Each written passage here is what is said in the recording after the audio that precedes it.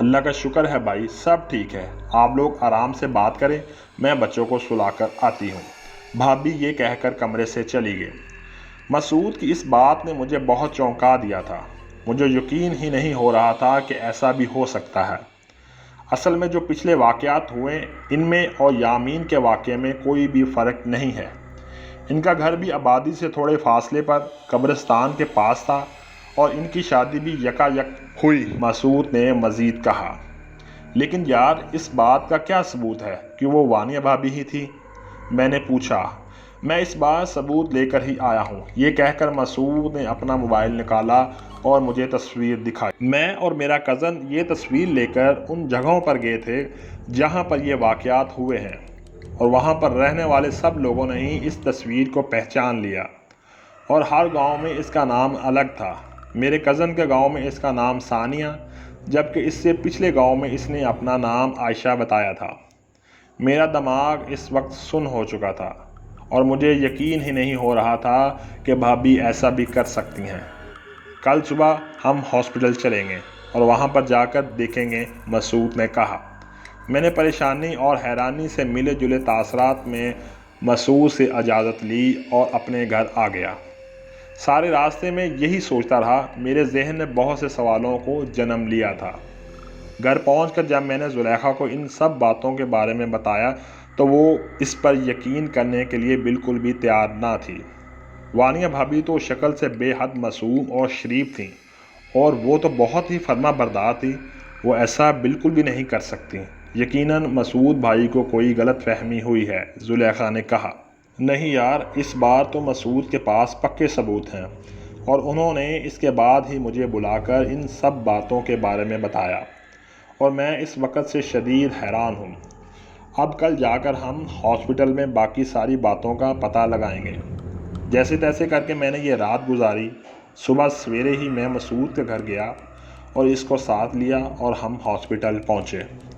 Doctor صاحب، کیا وانیہ کو ہوش آیا؟ مسعود نے پوچھا۔ وہ بالکل ٹھیک ہے اور ہمیں امید ہے کہ 24 گھنٹوں تک ہوش آ جائے گا، ڈاکٹر نے کہا۔ یار، مجھے تو یہ بات کچھ گڑبڑ لگتی ہے، ہمیں چاہیے کہ ہم کسی بابا جی سے اس بارے میں بات کریں، میں نے مسعود کو کہا۔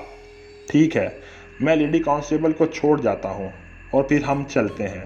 میرے جاننے والے ایک بابا جی ہیں، بابا ثاقب جی، مسعود نے کہا۔ لیڈی کانسٹیبل کے آ جانے کے بعد ہم نے اس کو بھابھی کے پاس چھوڑا اور گاڑی لے کر پیر صاحب کے پاس نکل پڑے۔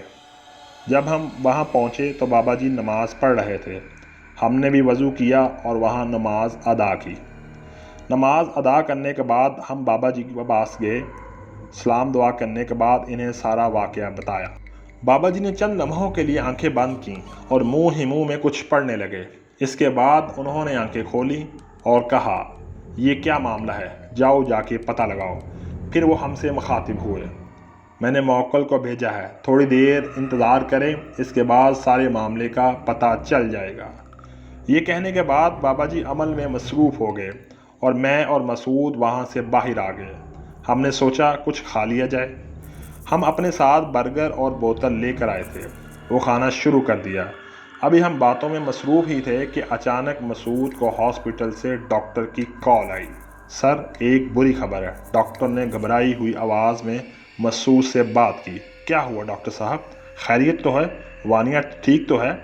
سر، وہ لیڈی کانسٹیبل کو مار کر یہاں سے بھاگ گئی ہے اور لیڈی کانسٹیبل کے جسم میں خون کا قطرہ بھی نہیں ہے۔ او مائی گاڈ، یہ کیسے ہوا؟ آپ نے تو کہا تھا اس کو کم از کم 24 گھنٹے کے بعد ہوش آئے گا، مسعود نے ڈاکٹر صاحب کو کہا۔ سر، میری بھی سمجھ میں نہیں آ رہا کہ یہ کیسے ہو گیا۔ ان کی حالت کے مطابق ان کو کم از کم 24 گھنٹے سے پہلے ہوش میں آنا ناممکن تھا، لیکن یہ سب کیسے ہوا کسی کو نہیں پتا، ڈاکٹر نے ڈری ہوئی آواز میں کہا۔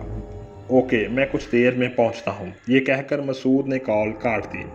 کیا ہوا؟ میں نے مسعود کو پریشانی کے عالم میں دیکھ کر پوچھا۔ یار، وانیہ وہاں سے لیڈی کانسٹیبل کو مار کر بھاگ گئی ہے، ڈاکٹر صاحب کا فون آیا تھا۔ او خدایا، کتنی بری خبر ہے، نہ جانے ابھی کتنے معصوم لوگوں کی جان جائے گی، میں نے پریشانی کے عالم میں کہا۔ چلو بابا جی کے پاس چلتے ہیں، مسعود نے کہا، اور ہم وہاں سے بابا جی کے پاس چلے گئے۔ آؤ بچوں، میں تمہارا ہی انتظار کر رہا تھا، بابا جی نے کہا۔ میں نے پتہ لگا لیا ہے، اس کے پیچھے اس چڑیل کا ہاتھ ہے جو کہ آدھی چڑیل اور آدھی عورت ہے۔ یہ انسان اور چڑیل کے ملاپ سے پیدا ہوئی ہے۔ آج سے کچھ سال پہلے اس چڑیل کو ہندو پنڈت نے چلہ کاٹ کر اپنے قبضہ میں کیا تھا، لیکن بعد میں وہ چڑیل اس کو اچھی لگنے لگی کیونکہ وہ بہت شکل سے خوبصورت اور معصوم تھی۔ چڑیل سے اس وعدے کے ساتھ کہ وہ اپنی شکتیوں کا استعمال نہیں کرے گی کہہ کر دونوں نے شادی کر لی۔ اس کے بعد ان کے ملاپ سے یہ بچی پیدا ہوئی۔ اس بچی کے پیدا ہونے کے چند سال بعد اس کے ماں باپ گزر گئے۔ اس کے بعد اس کے چچا نے اس کو پالا۔ جیسے جیسے یہ جوان ہوتی گئی ویسے ویسے اس سے چڑیل کے آثار نمودار ہونے لگے۔ اس کا چچا اس بات سے ناواقف تھا۔ یہ شادی کرتی ہے تو شادی کرنے کے کچھ دنوں بعد اپنے خاوند کا خون پی کر اپنی پیاس بجھاتی ہے اور ہفتوں غائب رہتی ہے۔ پھر کچھ دنوں کے انتظار کے بعد اپنے دوسرے شکار کی تلاش میں نکل پڑتی ہے۔ تو اس کا چچا بار بار اس کی شادی کیوں کروا دیتا ہے؟ میں نے بھرے انداز میں بابا جی سے پوچھا۔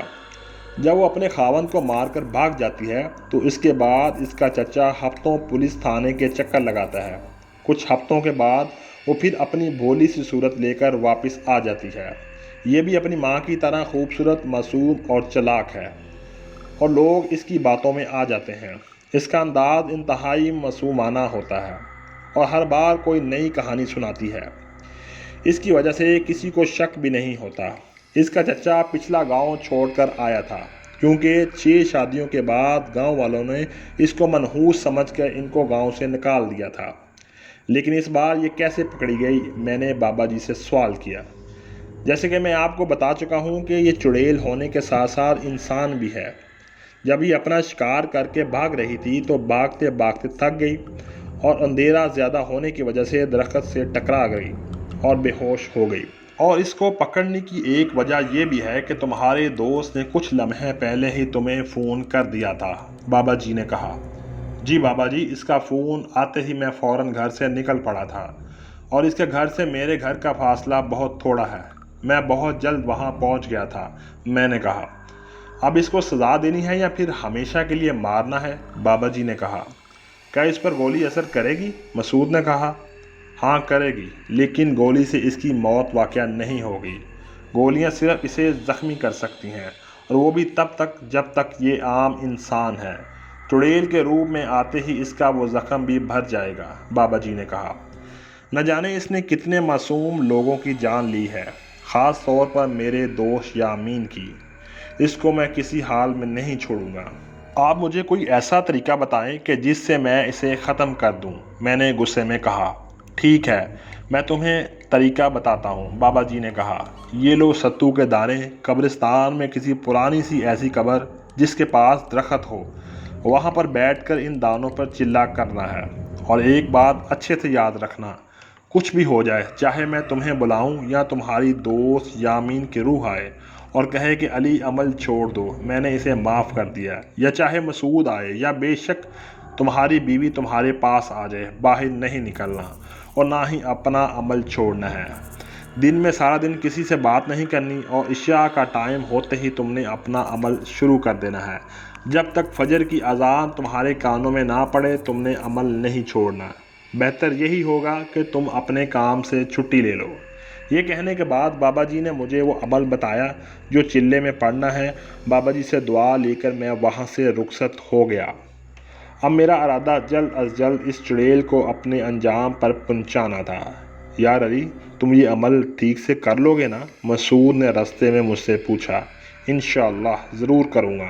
مجھے ان سب معصوموں اور خصوصاً بالخصوص اپنے دوست کی موت کا بدلہ لینا ہے، چاہے جو بھی ہو جائے۔ میں اسے اپنے انجام پر پہنچا کر رہوں گا، میں نے اسے جواب دیا۔ گھر پہنچنے کے بعد میں نے زلیخا کو ساری بات بتائی اور اسے دلاسا دیا کہ پریشان مت ہونا، میں اپنی دوست کی موت کا بدلہ لے کر ہی چین سے بیٹھوں گا۔ یہ رات بھی بے چینی میں گزری۔ صبح اٹھ کر میں نے سب سے پہلے دفتر سے جا کر 8 چھٹیاں لے لی کیونکہ 7 دن کا چلہ تھا اور اس کے بعد مجھے 1 دن آرام کے لیے بھی چاہیے تھا۔ اس کے بعد میں نے اپنا ضروری سامان لیا، مسعود سے ملا اور پھر بابا جی سے اجازت لینے کے بعد گھر گیا اور رات ہونے کا انتظار کرنے لگا۔ رات کو عشاء کی نماز پڑھنے کے بعد میں قبرستان پہنچ گیا، جو کہ یامین کے گھر کے پاس تھا، کیونکہ وہی سب سے بڑا اور پرانا قبرستان تھا۔ تھوڑی سی محنت کے بعد مجھے وہ پرانی قبر مل ہی گئی، جو کہ ایک درخت کے پاس تھی۔ 3 مرتبہ آیت الکرسی پڑھ کر احسار کھینچا اور بیٹھ کر اپنا عمل کرنے لگا۔ بغیر کسی فکر اور پریشانی کے یہ رات سکون سے گزر گئی۔ اس کے بعد اپنا عمل جاری رکھا اور 4 دنوں تک مجھے کسی بھی قسم کی کوئی پریشانی نہیں ہوئی۔ میں اپنا عمل کرتا اور گھر آ جاتا، صبح کو اپنی نیند پوری کرتا، جبکہ رات میں عمل کرتا کرتا یہ عمل کی 4تھی رات تھی۔ میں نے روزمرہ کی طرح خسارہ کھینچ کر عمل شروع کر دیا۔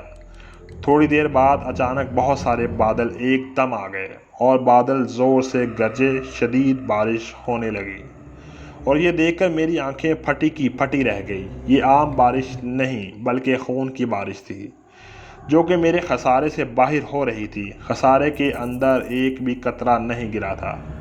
میں کافی ڈر سا گیا تھا۔ اللہ اللہ کر کے وہ رات گزر گئی۔ میں گھر آیا، 5ویں رات بھی بغیر کسی پریشانی کے گزر گئی۔ آج عمل کی 6ٹھی رات تھی۔ میں نے حسب معمول خسارہ کھینچا اور اپنا عمل شروع کر دیا۔ ابھی مجھے عمل کرتے ہوئے 3 گھنٹے ہی گزرے تھے کہ سامنے قبر کے پاس جھاڑیوں میں کسی کی آہٹ محسوس ہوئی۔ وہ کوئی جانور تھا جو یکایک میرے سامنے آ گیا۔ اس جانور کو دیکھ کر یوں لگا جیسے ابھی میرا دل باہر آ جائے گا۔ خوف کے مارے آنکھیں پھٹ گئی تھیں اور میرا جسم کانپ رہا تھا۔ اس جانور کے 2 منہ تھے، ایک بھیڑیے کا جیسا، ایک چیتے کا جیسا، اور دونوں کی لمبی سام کی طرح زبان تھی۔ وہ میرے پاس آیا اور خسارے کے پاس آ کر کہنے لگا، چلے جاؤ یہاں سے، ورنہ بہت بری موت مر جاؤ گے۔ اس کی آواز سے اس قدر خوفناک تھی کہ میں اپنا عمل بھی بھول گیا تھا اور میرے منہ سے آواز بھی نہیں نکل رہی تھی۔ میں نے جیسے تیسے کر کے اپنے حواس پر قابو کیا اور زور سے اپنا عمل پڑھنے لگا۔ مجھے زور سے عمل کرتا دیکھ کر وہ زوردار آواز میں گرجا، اچھا تو تم باز نہیں آؤ گے، میں تمہیں ابھی بتاتا ہوں۔ یہ کہہ کر وہ میری طرف دوڑا، لیکن خسارے سے ٹکرا کر غائب ہو گیا۔ جیسے ہی وہ غائب ہوا، میری جان میں جان آئی۔ اللہ اللہ کر کے یہ رات بھی گزر گئی، لیکن اس واقعے کے بعد مجھ پر بہت زیادہ خوف طاری تھا۔ اس جانور کو دیکھ کر ایک مرتبہ میرے رونگٹے کھڑے ہو گئے تھے۔ میں گھر آیا، کھانا کھایا اور لیٹ گیا۔ تھکاوٹ کی وجہ سے فوراً نیند آ گئی۔ اگلے دن عصر کے وقت میری آنکھ کھلی، میں نے نماز پڑھی اور کھانا کھایا اور چلنے کی تیاریوں میں مصروف ہو گیا۔ آج کا دن میرے لیے بہت اہم تھا۔ قبرستان کے پاس موجود مسجد میں نے عشاء کی نماز ادا کی۔ آج موسم بڑا صاف تھا، چاند اپنے جوبن پر تھا، جس کی وجہ سے ارد گرد ہر چیز صاف نظر آ رہی تھی۔ میں نے اپنا عمل شروع کیا۔ دل اور ذہن میں بہت خوف تھا، لیکن مجھ میں بدلہ لینے کا جنون سوار تھا۔ ابھی عمل کو 1-2 گھنٹے ہی گزرے تھے کہ دور سے مسعود آتا دکھائی دیا اور کہنے لگا کہ میں نے وانیہ کو مار دیا ہے، چلو آ جاؤ، اٹھو۔ میرے ذہن میں بابا جی کی بات یاد آ گئی تھی کہ وانیہ چڑیل ہر روپ میں آئے گی، اس لیے میں آنکھیں بند کر کے اپنے عمل میں مصروف رہا۔ چلو یار اٹھو، کیا کر رہے ہو؟ یہ کہہ کر اس نے میری طرف ہاتھ بڑھایا، لیکن اس کا ہاتھ جیسے ہی خسارے سے ٹکرایا وہ ایک دم سے غائب ہو گیا۔ میں نے اللہ کا شکر ادا کیا۔ کچھ ہی دیر کے بعد دور سے وانیہ بھابھی آتی دکھائی دی اور میرے پاس آ کر زارو قطار رونے لگی، پلیز علی بھائی مجھے معاف کر دو، میں نے جو کچھ کیا انجانے میں کیا، اس میں میرا کوئی قصور نہیں ہے، مجھ سے کہنے لگی۔ لیکن میں اپنے عمل میں مصروف رہا اور میں نے اس کی باتوں پر کوئی دھیان نہ دیا اور وہ وہاں سے چلی گئی۔ عمل ختم ہونے میں کچھ ہی دیر باقی تھی کہ قبرستان میں زور سے زلزلہ آنے لگا۔ ساری قبریں پھٹنے لگیں اور قبروں میں سے مردے اٹھ کر باہر آنے لگے۔ جس قبر پہ میں عمل کر رہا تھا وہ قبر بھی لرزنے لگی اور اس کے اندر سے بھی عجیب و غریب سی آوازیں آنے لگی۔ خوف اور دہشت سے میرا برا حال تھا۔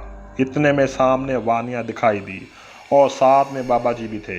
بابا جی کے کہنے لگے کہ چھوڑو، ہم سب نے اس کو معاف کر دیا ہے، اور مجھے پیچھے یامین بھی کھڑا ہوا نظر آیا۔ یامین بھی کہنے لگا، ہم سب نے اس کو معاف کر دیا ہے، تم اپنا عمل چھوڑ دو اور وہاں سے اٹھ جاؤ۔ میں وہاں سے اٹھنے ہی لگا تھا کہ اچانک میرے کانوں میں بابا جی کی آواز آئی، علی یہ سب نظروں کا دھوکہ ہے، تم اپنے عمل پر توجہ دو۔ میں سوچنے لگا کہ یہ میں کیا بیوقوفی کرنے لگا تھا۔ میں دوبارہ بیٹھ گیا اور اپنا عمل شروع کر دیا۔ وانیہ کی صورت تبدیل ہونے لگی۔ وہ آہستہ آہستہ چڑیل کی صورت اختیار کر چکی تھی۔ اس کا چہرہ انتہائی بھیانک تھا۔ وہ زور سے گرجی، یہاں سے فوراً اٹھ جاؤ ورنہ میں تمہیں اور تمہارے خاندان کو مار دوں گی۔ میں نے اس کی بات پر توجہ نہ دی۔ اچانک وہ میری وائف زلیخا کو پکڑ کے لے آئی اور اس کی گردن پر اپنے دانت گاڑ دیے۔ بولی اگر تم نے عمل نہ چھوڑا تو میں اس کو مار دوں گی۔ زلیخا زور سے چلائی، پلیز علی مجھے بچا لو، یہ مجھے مار ڈالے گی، پلیز علی۔ مجھے پتا تھا کہ یہ سب نظروں کا دھوکہ ہے، چنانچہ میں نے آنکھیں بند کی اور زور زور سے عمل پڑھنے لگا۔ اب وہاں سے زلیخا، بابا جی، یامین اور مسعود غائب ہو چکے تھے۔ صرف وہ مردے اور وانیہ وہاں پر کھڑے تھے۔ انہوں نے مردوں کے ساتھ مل کر مجھ پر پتھروں کی بارش کر دی، لیکن جب بھی پتھر خسارے کے ٹکراتا وہاں پہ ہی بسم جاتا۔ جس قبر پر میں عمل کرنے لگا تھا وہ بھی اب زور سے ہلنے لگی تھی۔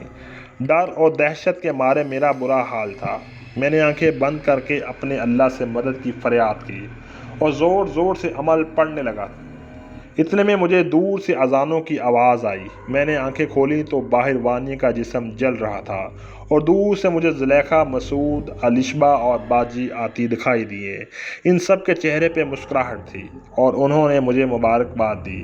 وانیہ کا جسم جل کر اب راکھ بن چکا تھا۔ مسعود نے اس راکھ کو پاس ہی موجود گھڑے میں ڈال کر گھڑے کو بند کر دیا تھا۔ آج میں بہت خوش تھا کیونکہ میں نے بہت سے معصوم لوگوں اور اپنے دوست کا بدلہ لے لیا تھا۔ اگر آپ کو آج کی ویڈیو پسند آئی ہو تو لائک کیجیے گا، شیئر کیجیے گا اور کمنٹ سیکشن میں اپنی رائے ضرور دیجیے گا تاکہ ہم آنے والے دنوں میں آپ کے لیے مزے کی سٹوریز لے کے آتے رہیں۔ ملتے ہیں اگلی ویڈیو میں، تب تک کے لیے اللہ حافظ۔